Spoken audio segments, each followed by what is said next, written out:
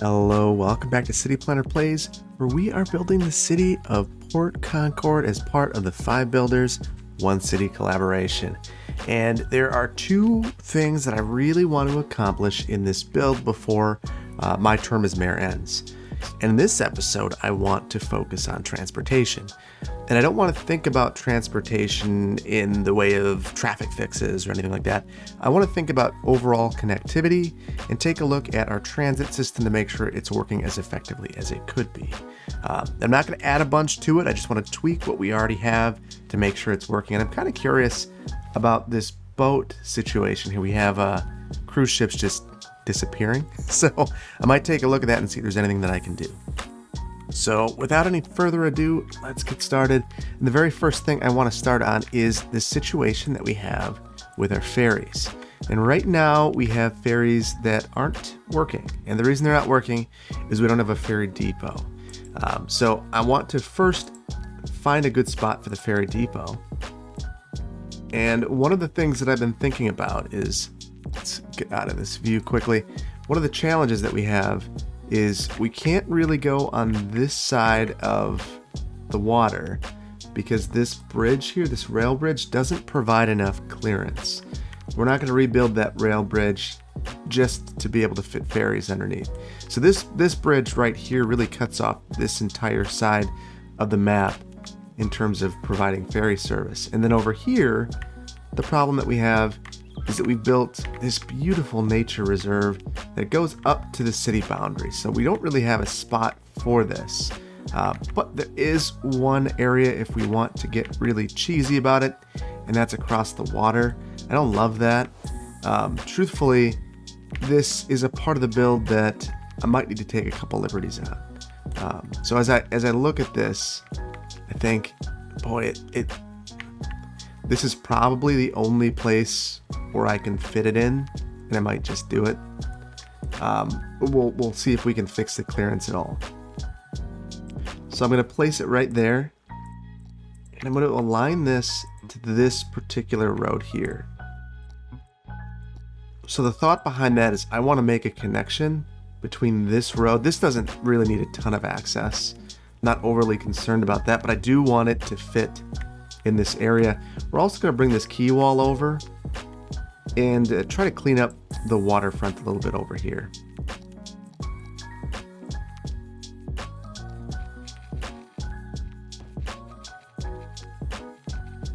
So I just threw anarchy on to make this work, and then I'm going to sink this into the ground here. Now I want to move this without anarchy, without move it, and try to make this work. So there we go. Now it's in a good location. Let's get this road connection made. Actually, let's, again, object height this, and we're going to make this road connection. We actually better grade this out first. I don't want this to become a really messy build really quickly because I decided not to grade anything. So that's always, I'm notorious for that.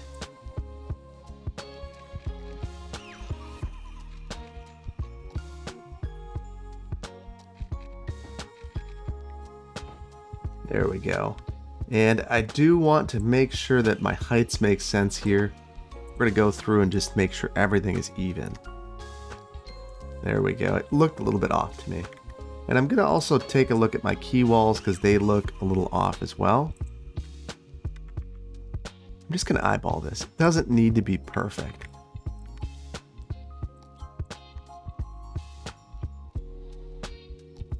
Now, one thing I'm not a huge fan of is if you look at the quay wall, this is one of those walking path quay walls, so that cuts through the building. I might actually convert that to just a traditional normal quay wall, vanilla quay wall, and make it fit just a bit better. Not enjoying the way that turned out.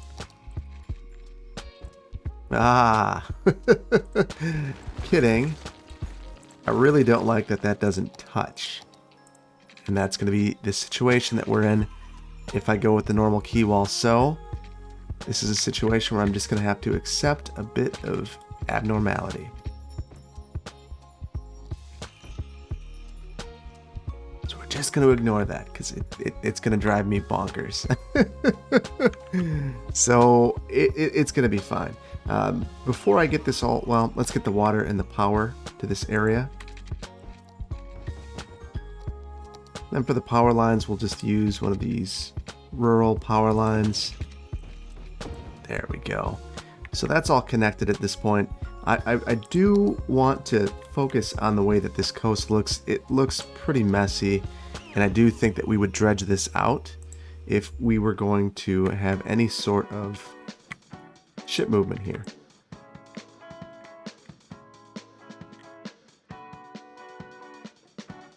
Now I'm noticing that this wall is a little bit tricky, so I might call a mulligan on what this artist did here and back this out just a little bit, try to clean it up.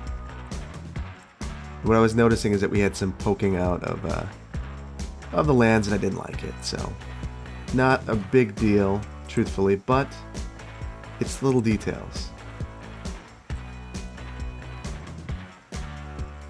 There we go, just a little bit cleaner, just a little bit cleaner. All right, so we've got things pretty well cleaned up in this area. I think the big question at this point is, can we actually make the ferries fit underneath that bridge? So that's going to be something that we have to keep an eye on.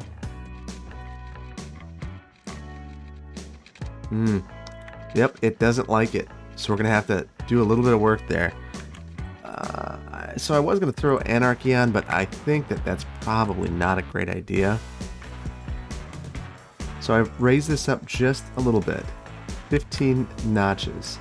And what I'm going to try to do is go through and just raise the entire bridge up that number of notches. Now let's see if that does the trick. Clearly this is the height of realism. I'm just freestyling at this point. That does the trick. Now the next issue is that we're out of the city limits. That's unfortunate, but we'll make it work.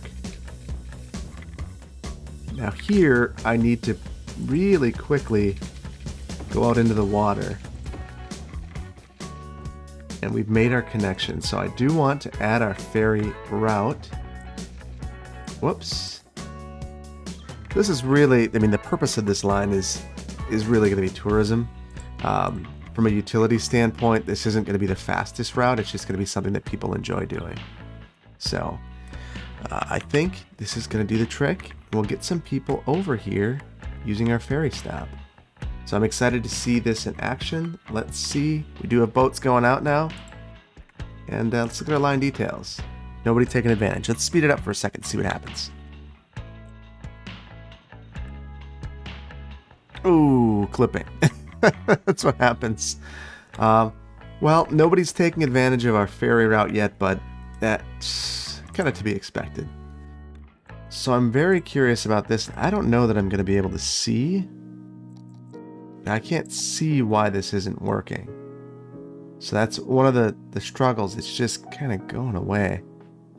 I'm wondering, is part of this line right here that it ends? Not 100% sure. If anyone has any ideas about this, please let me know in the comments. I won't be able to get to it for my build because I'm pre-recording the last 2 episodes, but I still would like to pass this along to one of the other builders if there's anything that can be done to improve this. One more look, we got 3 passengers down here. So it's something. It's certainly not a lot, but it's something. Okay, so let's slow this back down. One of the things I want to focus on next is transit service. So we've got a lot of bus riders. In fact, we've got tram riders and bus riders, and that's really the bulk of our system. So I've organized this by the number of passengers, and I want to take a look at what's happening at each of these stops. You can see that we have a stop that has 200, another that has 60, 59. That's a problem. What that's telling me is that there's a demand for a higher capacity transit service in this area. So in the vanilla game, you can't really do much about this. I am bringing an asset in. So I have two new bus assets. So I have this articulated bus, which has a capacity that should be significantly higher. So let's take a look at this route. 110. So that is much better than the 30 you get on a normal bus. This is going to throw 17 vehicles on there. That's probably overkill, but we're going to leave it for the time being and see if it clears some of these queues, because they are significant. I want to go back and look at some of our other routes. So we've looked at the Wharf, Park Station, Douglas, and 5th. And again, we have another one of these stops with a significant queue. So we're going to, again, put an articulated bus on there. Now I see queuing kind of in where these routes are meeting. These are transfer opportunities. So it's not totally unsurprising. And then we have some just high density areas that only have bus service. And this is kind of something you would expect to see. Also, what you'd expect to see is higher capacity transit. I'm going to bump this up to 101% to get an extra vehicle on there. Hopefully this will again take some of the pressure off that line. Right here, this line is working okay. I am going to switch to a hybrid bus. The thought there being that the diesel buses, the traditional diesel buses, are pretty loud. And a lot of times people get, fairly upset that they're, kind of assaulted. Their ears are assaulted by a diesel bus. So you can actually see opposition even from people who would benefit from a bus when you have a diesel bus going by. Particularly if there are street cafes or things of that nature, like you expect to see in a downtown area. So here we have buses that are mostly clearing the queues, but we have a lot of buses on this particular route. So I am going to switch this to an articulated bus again and take the number of buses down. So from the city's standpoint, they would be very interested in this.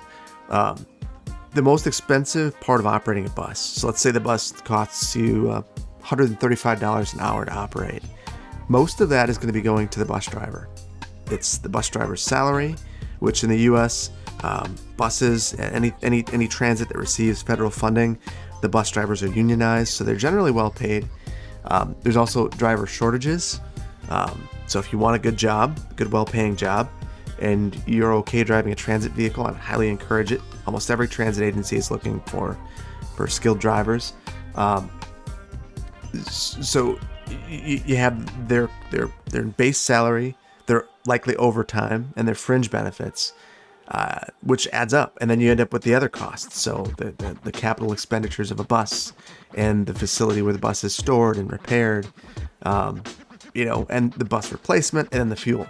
So it all adds up. So you'd want to be as efficient as you can be with that by having fewer buses that have a higher capacity. So line 7, we again have another one of these stops with a ton of passengers. So I hate to switch all of these to articulated buses, but I'm going to keep going down that route. There's been one that I didn't put an artic on. Okay, bus line 8. This one is doing okay. So we don't need an articulated bus, but I am going to switch this one up to a hybrid. And even this one has higher capacity, so it's going to help us out. And this is more realistic capacity. You'd expect to see it, a 35 seat capacity minimum, and then you get crush capacity when people are standing, so you might get 60. Or if you get a 45 foot, maybe you'd expect to see a little bit more, 70, like we're seeing on some of these buses. So this, to me, makes a lot more sense. Again, not a problem here, but we're going to switch that over to the hybrid bus. And then we have our school bus. And the interesting thing about this school bus, so, in the game, anyone can get on these. And if this bus were operated by a public transit provider, so let's say they contracted with the Port Concord Transit Authority to provide this local bus, or this school bus service, even if it said the name of the school on there, everyone and their brother's allowed on the bus. So yellow buses, no, not so much, but if it were a public transit bus, absolutely. So we've made the changes we need there. We've dropped a whole bunch of trips, And the primary reason for that is that the buses were swapped out. So this should improve over time once we clear some of these queues, which you can see is going to happen with these bunches of buses. And truthfully, this is way too high right now. We're going to take this down again. 2. We'll take that to 100. So let's take a look at our tram lines. And this we're doing okay on. We're at 150%, and that's, I think, why it's able to clear that. Not a problem. We don't really, I don't think we have, we don't have another tram vehicle, so this will work. On our second line, this is a long line, and it's significantly more problematic. So we're going to bump this up to 150 like our other line to make sure that we're clearing these queues. As I'm seeing, let's see where these queues are. Wow, 350. Again, that's in the downtown area. Not surprising. Metro might be a better option in this area. And I'm curious. And our closest stop is over there. And without creating another line, there's not really an opportunity for another stop. So the way that we would probably need to attempt this would be to have another parallel line going kind of in the back of downtown or along Main, wherever we could fit it in. The easiest place would probably be in the lower density area back here. And there might be some value in adding this. So let's take a look. There's certainly value. There's some congestion here. So why don't we add that along the back? And we'll try to make a transfer opportunity over here as well. So we are going to use some eminent domain on single family homes, which I do think would be perfectly logical. And even though these stops are going to be a little ways away from a lot of the higher density development, with higher quality transit like this, you would expect that people are a little more willing to walk the distance to get to it.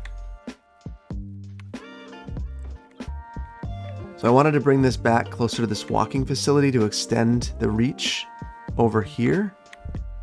And then I think that what we're going to do is try to make a logical connection with our existing facilities.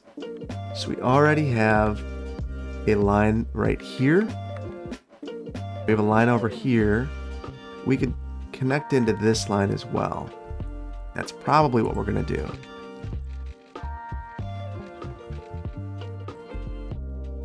And for this, there are really two options that we could take. So we could try to connect directly into this line, or we could have another line near it. I think we're going to try to connect in, but there could be some problems with that, particularly as it relates to getting underneath this other tunnel that we have underneath here.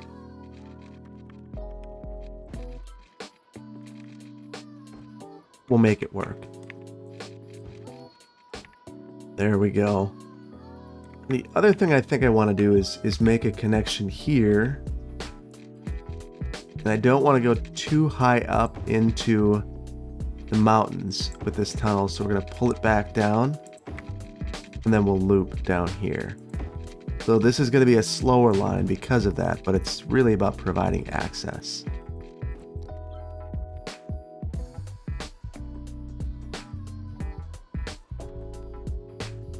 Okay, so I do think that there's going to be a lot of value with this particular line. And it's green, that's different than we've had before, so we might just leave that. Let's look at our other two lines and see how this is clearing. It looks like we're doing okay on the first line. The second line, we're doing all right as well. So the egg line's good, the downtown line is good. We're just going to have to wait to see what happens. The secondary line, you can see our bus passengers have now rebounded and actually expanded. So that's good and bad. Double-edged sword there. Obviously, the fact that people are getting picked up is encouraging other trips. It's kind of some transit-induced demand in a way. So the wharf and Park Station stops are really thriving, as is this one. We're still doing okay here, so we're going to leave that. Okay, very good. And I do want to take one more look at this ferry. Let's see how it's doing. We've got 3 passengers. Okay, it's not very successful. In fact, let's just solidify that as not successful when we'll underfund it. Hopefully that helps. So I think we're good there. Now the next thing I want to focus on, I spent a lot of time in the previous build, in my last round, focusing on some of our bicycle connectivity. And we're in a good spot there. We've got bike connections everywhere. I'm not the only one who's thought about it at this point. Everyone is kind of been bolstering that. But what we do have is a significant lack of pedestrian connectivity in certain areas. Now the downtown area is great.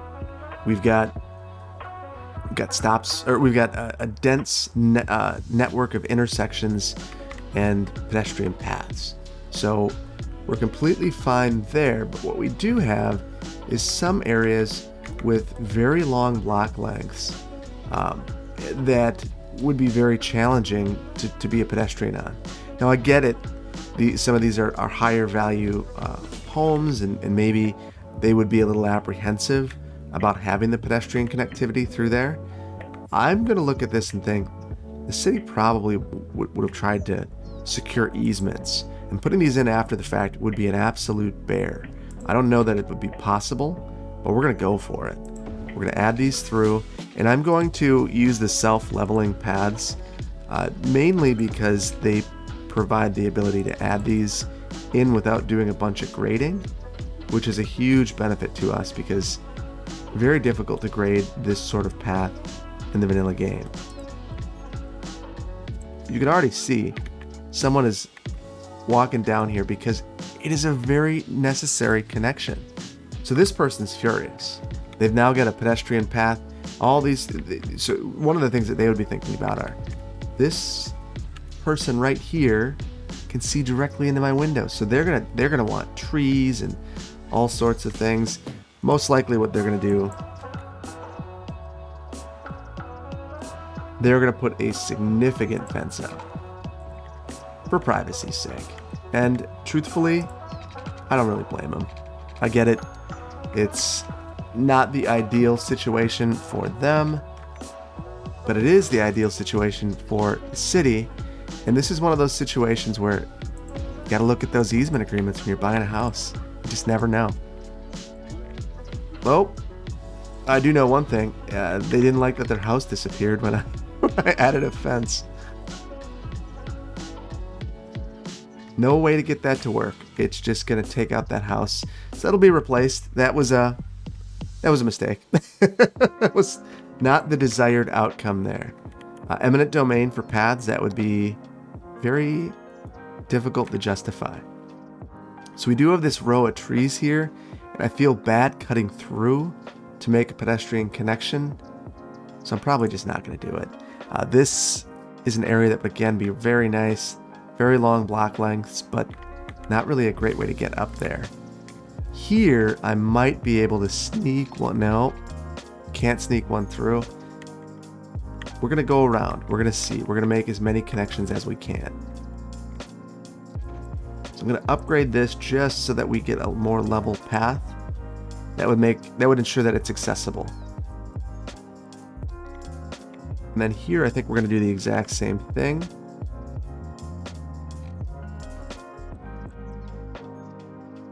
Just want to make sure we have a high degree of pedestrian connectivity through here. So more blocks with very long lengths. We do have an opportunity here though to cut this length down significantly, so we're going to take that opportunity. And I think right in between here, the game will let us get away with it. We're going to do it. Yep. I love when that kind of stuff happens. And then we'll use node controller, so Control N. We'll add a pedestrian connection there. So truthfully, this bridge now probably, well, it'll be fine. It would be nice to have a connection over here. I think it's a little hokey to try to add every single pedestrian connection you can. This bridge is definitely longer than we want it to be though. That's why I was thinking about adding it there, but it'll be fine. So looking through here again, more very long block lengths and very few opportunities to actually work a path through here. So these are the sorts of things that communities look back on with deep regret. They think I should have never given these zoning approvals, because now there's no way to fit a path through here. We've got block lengths that are difficult. Some of these paths would be built to a 20-foot width that could accommodate an emergency access vehicle. So you might think that the path exists just because we like to encourage pedestrian connectivity, but sometimes it's actually because the fire department's requested it. Now, that's not the way it works in this game, but in reality, that is how it works sometimes, and we have completely eliminated that opportunity in some of these areas. But little targeted connections like this right here, it's a high value connection. It's a really high value connection, so we're going to make it. We have a high density of intersections again over here, so we're probably okay. I do want to see if I can sneak a path through here.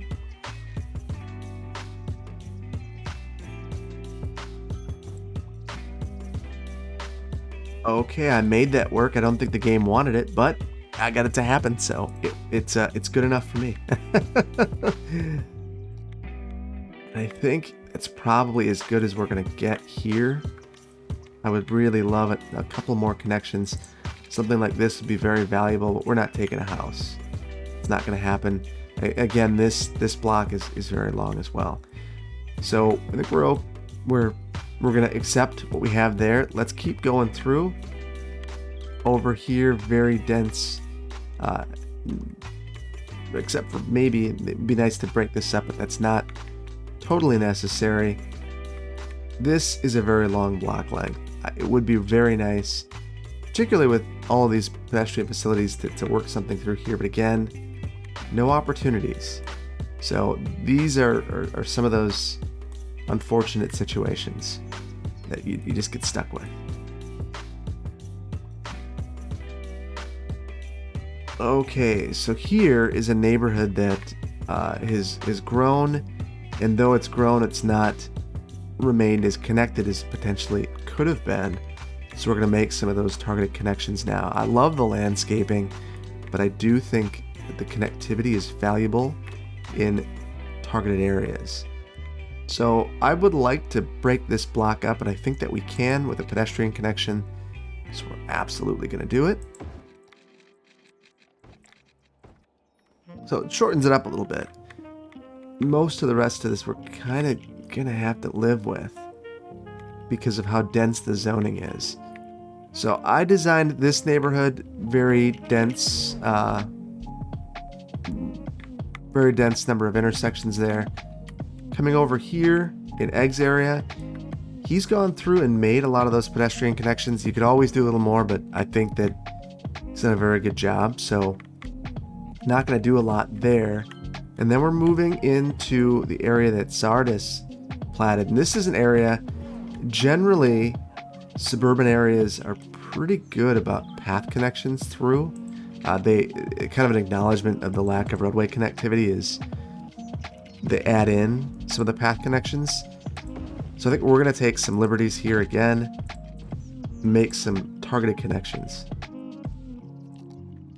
Because these block lengths are very, very long.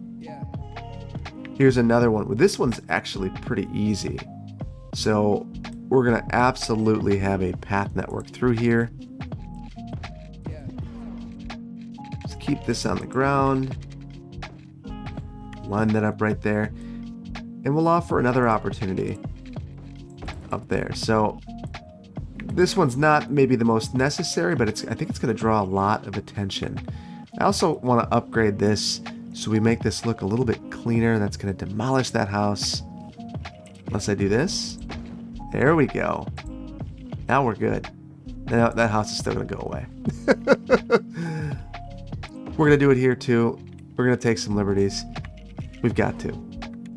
So this block length is absolutely too long. But it's also, there's some grade. Yeah, there's not much we can do about that. And over here, this is egregious in terms of the block length for a pedestrian. This completely makes it impossible to go visit your friends, even if they live relatively close to you as the crow flies. So as the crow flies here to here, that's very close. Unfortunately, you're gonna have to actually go all the way around here to get over there. So this would be a spot I think I have to do something here. So I might call a mulligan on what Zardus has done here and break my own rule and add a pedestrian connection and use eminent domain for it. So let's look at and see if there are places where we can do it with elimination of some of the smaller homes, which would be a little bit less expensive. You're paying fair market value always for eminent domain, so not purchasing a mansion would probably be desirable. And we're going to do the exact same thing here, just the smaller set of homes connecting Lake and Ashton Street, not Ashland. And then we're going to need to add some connectors through here as well so people can cross the street. Perfect. More long block lengths that we're going to want to take a look at. And again, no good options to get through. So we are again going to call some mulligans. At this point, I just care more about the topography than anything else. There's really few good options. So I think the best we might have is to ignore the topography and focus on the size of the home that we'll be taking. I think that's an affordable acquisition. So that shortens the block length up a little bit there. Still very long. And then I'd love to get something over here again. Thank goodness for the self-leveling trails, because we're not going to be able to do this otherwise. And we'll cut through there. So these are not going to be ADA accessible in any way, but we're gonna have them there anyway. Make a key connection there, and it'd be nice to be able to get to this next terrace level. It's just a little bit too high. This is some of the things that you have to contend with. Now here, I think that we could have a connection on the hillside to get up. So this is a cul-de-sac, but at least now it's a walkable cul-de-sac. We'll make that connection to Ivy as well. I see that there is an attached sidewalk, and there are people biking and walking down it, so that's a good connection in my mind. I also think there'd be some value in making a connection down here to this school. We might need to do that. It's going to be a tricky one. I don't want to demolish too much of what's been built. That is bad. That is bad. But it's also really bad to have this kind of access to a school and to not make that connection. So we're going to have to do something. What that something probably is again using eminent domain in a house. I think I'm going to back this up. The thought being, really this is an aesthetic choice. I don't like the way that this path connects up to the dirt road. I want to get it down all the way to the school, or rather to the I guess, yeah, there's a school there. So this is still quite a hike and not walkable because of some of the things happening here. So I think we're going to try to make a connection again. Yeah, that's not going to work. Yeah, the terracing here is a challenge. So we're probably going to have to leave this as it is. This is already a fairly unforgiving path.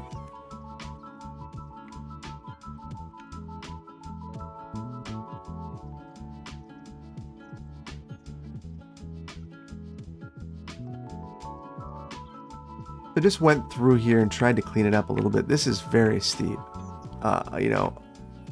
So steep that I don't think it would be constructed in this way necessarily. There'd probably be more work done, some switching, and it would be a very difficult path. But we're going to go with it because it does provide a great value in the game. Lots of connectivity is good. I wish that there was a way to get this connection up here made down, but that's going to require switching, and that's something like this that is neat, but we're not going to keep doing that. We've got one, and that's probably enough. So at least there's a way to get there. And if we look at our connections and we see what people are doing, you can see that people are walking from all over now. Cyclists especially, and lots of pedestrians getting down here to go to the schools, which is exactly what we wanted. Otherwise, how do you get here? You're up, even, let's say you're right here. You gotta drive down here, come all the way down here, come around, go down some dirt roads, and then you can get in. That's not ideal. Not ideal. So, at least now you can walk there. It's still a very tricky trip. And truthfully, we'd probably look to have some sort of road connection to this area, considering we have all the control already. But this'll do the trick. In terms of other pedestrian connections, I don't know that there are many that we can make. Let's go back and take one more sweep through here. We'll use some eminent domain again.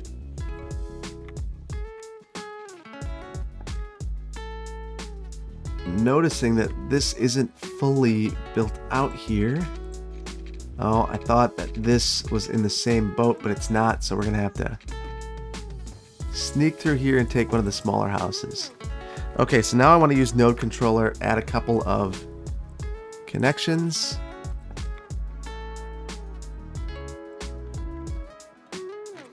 Ooh, I don't know what that means, but I don't like it. We're just gonna ignore it.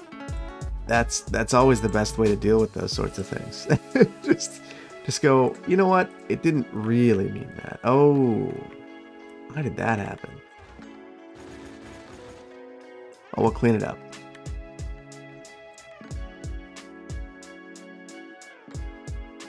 And again, hash set have been modified. Okay, well, I'm guessing that's an issue with the mod. It's a fairly safe bet. But we've got all of our connections, so we're not going to worry about it. I think that we're going to be okay. So we're in a good spot there, I think. That we've made some good progress with our path connections. And I think that about covers all of them. Let's give one more look at our transit. We've really pumped up our transit utilization, even on these ferry line or these tram lines. We still have one stop that is a problem. I'm curious. Yeah, we're nowhere near either of our subway lines. Just kind of out of luck there. So the way to fix it is, well, I don't know that it's fixing so much as it's dealing. We could crank this again because, again, our utilization's through the roof. I'm just afraid that this is going to start impacting traffic in the city because we've added all these extra tram vehicles on. Oh, 600 here. Yeah, that is not good. And that is right next to our subway. And that's because it's connecting everyone over to this other area over here. And this is just a mismatch between the appropriate transit type and the demand. We could certainly bring more assets in to try to deal with that. That is a way of kind of fudging it in the game, but the game isn't necessarily working as it should either in this particular instance. But adding the extra transit vehicles should help. Let's take a look at that other line. This one does have this stop here that's a little bit jammed up, but we could probably remedy this just by going a little bit higher. And we're going to need to remain cognizant of some of the issues that we're seeing here. I do want to take a look at our Metro Line 3. Elegant name. And it looks like this is doing just fine with only 3 vehicles, which is disappointing. I think that tells us a lot about the demand for these transit services in this area. I thought it was going to be better. Unfortunately, it looks as if the demand is fairly modest. Now, I bet you if we would have gone all the way down here, we would have seen something different. And with our ferry line, 1 passenger, it's, I wouldn't call it a smashing success. I would say that this is there's not a super high number of amenities here. We might need to try to fix that and see if there's anything we can do to improve this in the next one. But I think right now we're going to leave it here. I'm pretty pleased with where things have turned out. Hope that you've enjoyed this build. If you did, please consider hitting the like button. Please consider subscribing to the channel and hitting the notification bell if you want to know when I release new videos. And please consider subscribing to the other builders as well. We're all doing interesting things, having lots of fun. They're all well worth your views, and I'd highly recommend that you check them out. I also want to give a huge shout out to my Patreon supporters. They support me as I create this content, and they've been a big reason why I've been able to continue to improve, upgrade my equipment, and I appreciate them. And I appreciate you, your subscribe, views, shares, likes, comments. It all increases the reach of the channel, and I appreciate that. Stay tuned for a brief city tour, and we will begin that right now.